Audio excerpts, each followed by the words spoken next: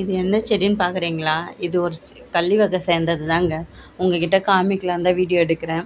இது பாருங்களேன், பார்க்கவே அவ்வளோ அழகாக இருக்குது. இது கேக்டஸ் தான் இது. குட்டி குட்டியாக அந்த இலையே பார்க்குறதுக்கு அவ்வளோ சாட்டிஸ்ஃபேக்ஷனாக இருக்குது. சரி, உங்ககிட்ட இதை பற்றி பேசலாம், இதை பற்றி சொல்லலான்னு தான் வீடியோ எடுக்கிறேன். இதோட பெனிஃபிட் என்ன, இது எதுக்கு யூஸ் பண்ணுவாங்கன்றத தான் நான் சொல்ல போகிறேன். இதில் சரியாக தெரிலன்னு நினைக்கிறேன்.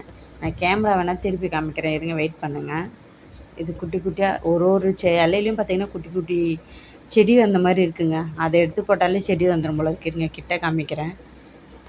இதை பாருங்களேன், எவ்வளோ குட்டியாக அழகாக இருக்குது. இது என்ன செடின்னு தெரியுதா? இது ஒரு கள்ளி வகையை சேர்ந்ததுங்க.